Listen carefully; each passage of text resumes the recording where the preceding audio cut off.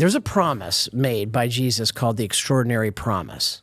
What's that? It's what's given on Divine Mercy Sunday. Okay. And I'm so excited that this will be heard prior to Divine Mercy Sunday. And really, it can be heard any day of the year because then you can prepare for the next Divine Mercy Sunday. There is something that Jesus promised to St. Faustina in the diary to all of us in the paragraph number 699. There's what we call the extraordinary promise. This is such an incredible grace that has been called by many scholars, including John Paul, Rojitsky, others, it's like a second baptism. Now, it's not a second baptism. We don't get baptized twice, but it's like a second baptism. Because what happens at baptism? Let's suppose you're an adult and you get baptized. What happens? Yeah, freed of original sin, incorporated into the body of Christ. Yep. Cleansed of all sin. And punishment.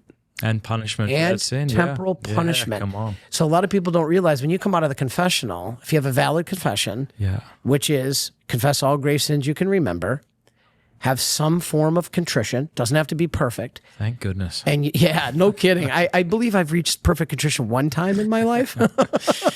Help me, Lord. And you do some form of satisfaction equitable to the sin that's been committed. You have a valid confession. If you come out of that confessional after a valid confession, people say, well, does there any punishment remain? Everything's gone. No, the eternal punishment due to sin is gone, aka hell. But there's a great chance that the temporal punishment may remain, even after confession. We think, well, Father, what are you talking about? All right. The temporal punishment due to sin is very scary if you listen to the saints, because it's terrifying. I equate it to my own story of a father with a boy in the yard playing baseball. All right, the boy's playing baseball in the yard. The dad comes home, sees this, and says, "No, son, you're not to play baseball in the yard. You're going to break this window." And the son thinks because he's playing baseball the other way that a foul is not going to go backwards and break the window. Now, the dad makes it very clear. You're not to play baseball in the yard. You're going to break the window.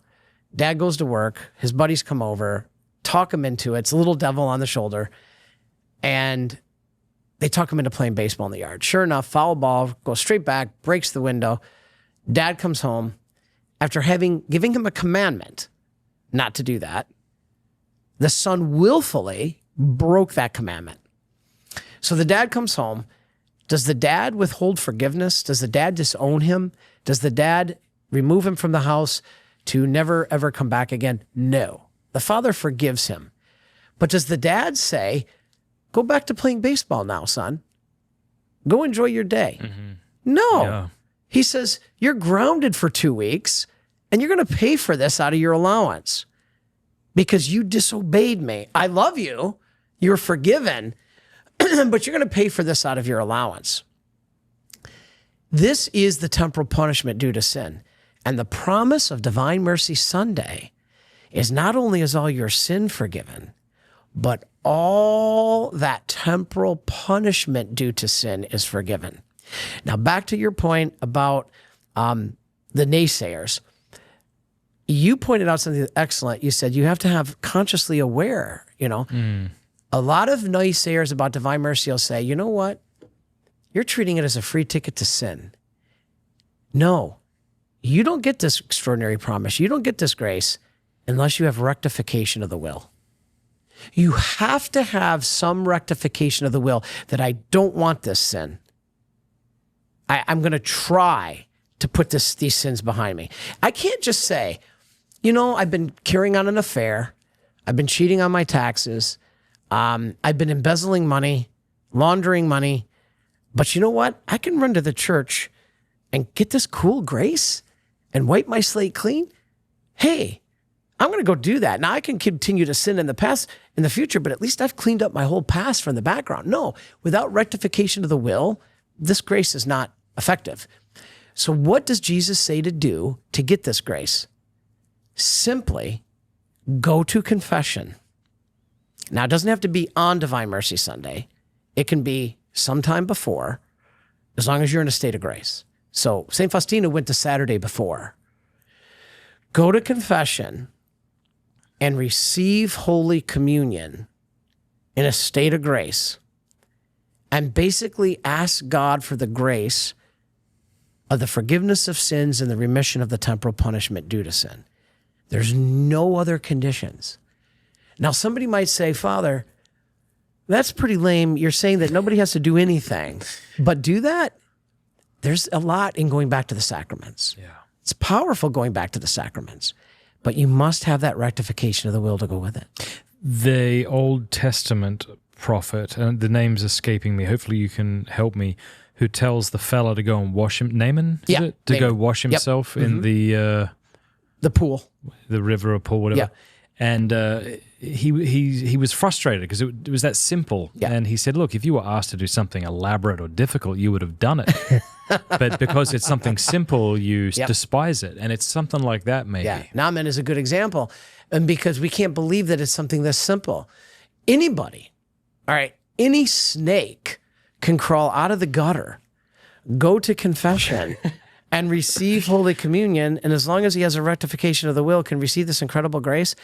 Well, why is this impossible to believe? The church offers the same thing in a plenary indulgence. Yeah.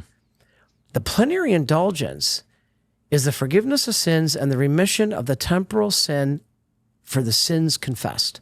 Okay. You know why Divine Mercy Sunday is even greater than a plenary indulgence? Why? 2 reasons. 1, we can still be broken and get this grace. You mean attached to sin? Yeah.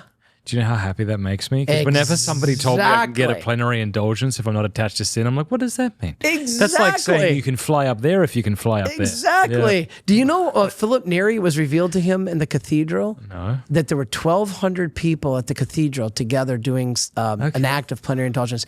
It was revealed to him that 2 people got a plenary indulgence. That's huge. That's what's funny is we've got Protestant listeners who are very lost, but we'll get to them in a second. Yeah. But these Catholics who are listening, that's important to realize. And So look at me in the eyeballs. This is the last month you can get this Pints with Aquinas beer stein for free. Just this month, the last month, April. So go over to mattfradd.locals.com. When you become an annual supporter, you'll get a bunch of free things in return, and we'll send you this, but it runs out at the end of the month. You won't be able to get it next month. So please become a supporter today, mattfradd.locals.com.